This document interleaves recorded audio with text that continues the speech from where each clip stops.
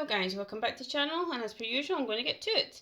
So this is the final sketch of today, another cafe scene and another 2-point perspective, and as per usual this is the research I found the best way to approach a street scene or a landscape scene, any kind of scene that basically has buildings or furniture, that kind of thing, and you need a 2-point perspective.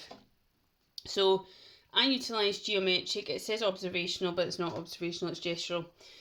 So geometric and gestural methods, and I wanted to get it in less than 3 minutes, but it was 3 minutes 10 for both these, and that's purely because the chairs were throwing me and I had to get the proportions and the perspective right for them, and it's still a work in progress.